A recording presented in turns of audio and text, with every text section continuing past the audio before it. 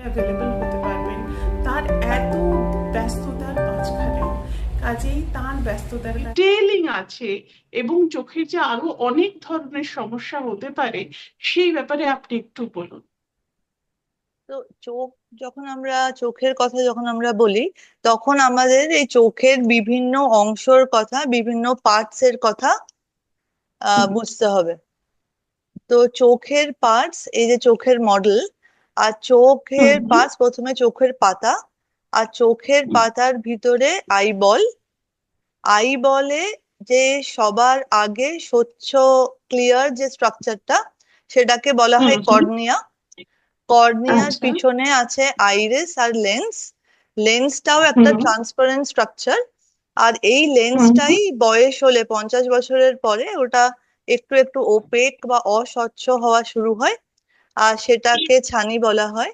আর হুম হুম চোখের তারপরে লেন্সের পিছনে আছে একটা হলো স্ট্রাকচার, যা যার ভিতরে একটা জেলি আছে যাকে বলে ভিট্রিয়াস।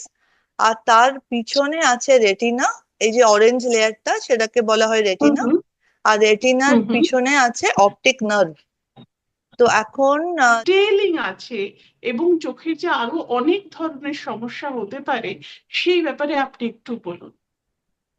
তো চোখ চোখের কথা যখন আমরা বলি, তখন আমাদের এই চোখের বিভিন্ন অংশের কথা, বিভিন্ন পার্টস এর কথা হুম বুঝতে হবে। তো চোখের পার্টস, এই যে চোখের মডেল, আর হুম চোখের হুম পার্টস, প্রথমে চোখের পাতা, আর চোখের পাতার ভিতরে আইবল। আইবলে যে সবার আগে স্বচ্ছ ক্লিয়ার যে স্ট্রাকচারটা, সেটাকে বলা হুম হয় হুম কর্নিয়া। কর্নিয়ার আচ্ছা। পিছনে আছে আইরিস আর লেন্স। লেন্সটাও একটা হুম ট্রান্সপারেন্ট স্ট্রাকচার।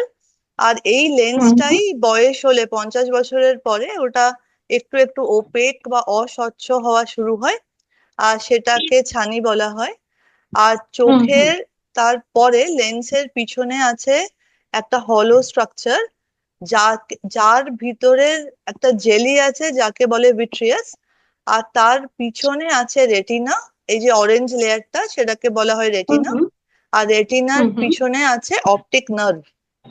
তো এখন চোখের অসুবিধা বলতে বুঝি চোখে আমরা দেখতে পাচ্ছি না, কোনো অসুবিধা হচ্ছে, সেক্ষেত্রে আমরা অবশ্যই চোখের ডাক্তারের কাছে যাই। এবং আমরা সাধারণ মানুষ বুঝি চোখে অসুবিধা হচ্ছে, পাওয়ার হয়েছে বা পাওয়ার বেড়েছে, যাদের অলরেডি